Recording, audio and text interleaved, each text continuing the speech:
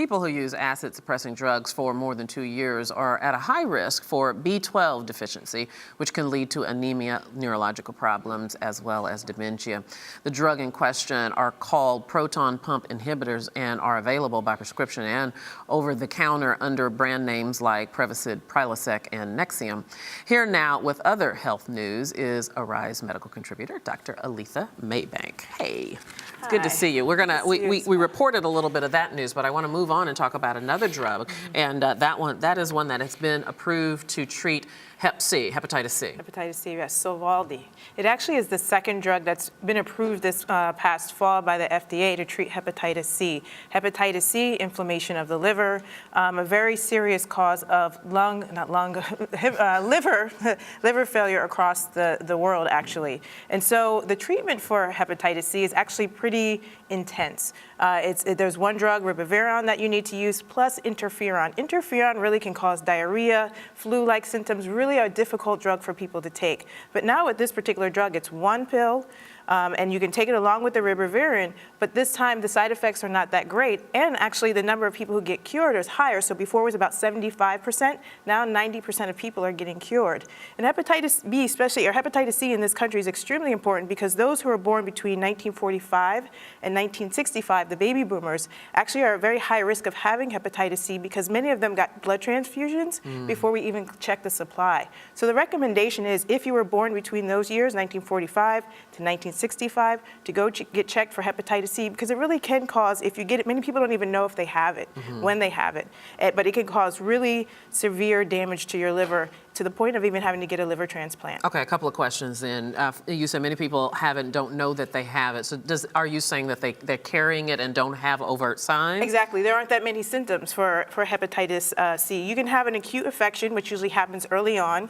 You may get, again, like flu-like type symptoms, but it will go away, and then it can either linger in your body for a long time, or it can go away. But for the most part, it lingers in your body for a while, and then it creates a chronic infection. And when it gets to that chronic infection stage, which is the later stage, that's when people start to really develop the symptoms of hepatitis. You start to get jaundice and the liver signs that we're used to seeing. Okay, as the liver failure happens. And absolutely. How infectious is it? How contagious is it? Well, it's contagious by sharing needles. So we've heard a lot, and especially, tattooing is extremely popular now.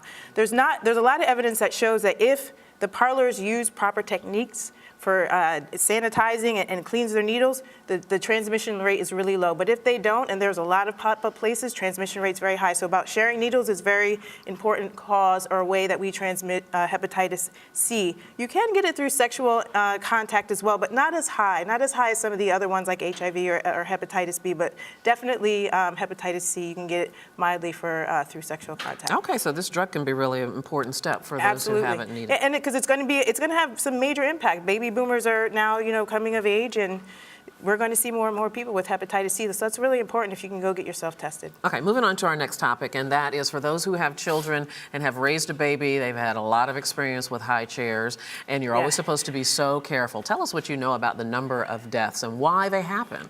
Right, so there was a study, it was just recently published in the Clinical Pediatrics. They looked at 9,000 children across this country looking at ER data. What they found was that a child is taken to the hospital for an injury from a booster seat in a high chair almost every single hour. That's amazing. Every single hour. What they basically are finding is that 93% of them, they're from falls. Makes sense. But then 2/3 of them are from children who are actually standing in their seat. When they ask the history about it, these children are actually standing in the seat and then they fall over. And so what the feeling is that they're not being restrained properly, or the restraints are not working. And so there needs to be a lot of education for parents that they really need to use the restraints. But the other piece to it is that there have been lots of recalls, lots and lots of recalls, and many parents don't know about them. So they may have defective chairs. So it is important that they do find out about that. If they are using the restraint, they find out that it's not working. They can go on a website called www.recalls.gov, let me get it right, www.recalls.gov, and find out if their particular chair actually has been recalled. And that is so important to do. Very important. You kind of have to wade through the information, but you're glad when you do it. Right, and a lot of parents, the chair that's on the the tray that's on the front of it, they think that that's pretty safe, but it really is not safe just to have the child there. And the child can slip through, can fall, can stand up, and it's really not a play space. Yeah, it's important to be vigilant, even with the high chair. Absolutely. Okay, moving on. So tell us about this new way to treat glaucoma. Right, glaucoma. So glaucoma, very tremendously important cause of blindness, not only in this country, but worldwide, second leading cause of blindness. It is basically damage to the optic nerve. And after a while, it's very progressive. Again, another particular disease that a lot of people don't know if they have it because the blindness can creep up on them. So this particular treatment is actually a contact lens that has a rim around it that releases medicine over a period of time. The difficulty with treating glaucoma regularly is that it takes a lot of eye drops. My mother has glaucoma. I have grown up with having to take many eye drop breaks in many different places, having to stand aside, having to pull the car aside to take drops multiple times a day. And many times it's really hard to be adherent to that and to have to remember it and then want to actually take it. So now this is a contact lens that can be in place at all times and then release over a month period of time so far and release a particular medicine. Now, the important thing about this study is that it hasn't been done in humans yet.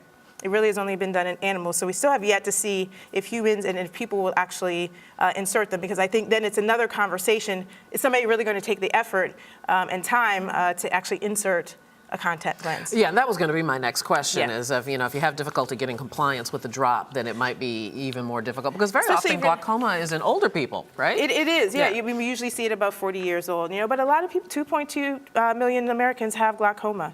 And are at risk at glaucoma. So it's a very important thing. And if we can find an easier way to treat people outside of drops, outside of having surgery, then it can be helpful. So clearly, contacts will not be for everyone. But if it's another option for treatment, I think it is definitely useful. All right. So our last topic before we run out of time, and this is very interesting, a video game for diabetes patients. Right. So there's a lot of evidence that's showing video games, the Wii, whatever video game you want to pull out, actually has a lot of evidence that it is great in increasing physical activity. This particular study was looking specifically at people with diabetes. And what they showed, they actually took about 200 patients. Half of them, they gave them the Wii or whatever other video game. Half of them they did not, and just provided routine care for their diabetes. And what they noticed at the end of a certain period of time, those who were able to use the Wii game and had a fun time doing it, one, their daily glucoses were under control pretty regularly. Their hemoglobin A1C, which really looks at your long-term control of your glucose, was lower. Their weights were lower, and a part of it was their depression. They were less depressed. So, it's holiday season. Maybe a good opportunity. Make your sale, Dr. Maybank. I'm just saying, anything. I think again, it's one of those. It's an opportunity where people who don't like to go outside and be physically active. It's cold. This Why is a not? way to Some- do it. some possible And it just really opportunity. boils down to getting exercise, movement. Absolutely. All right. Dr. Aletha Maybank is always great. Thank you. Thank you. Thanks. And you're watching Arise America.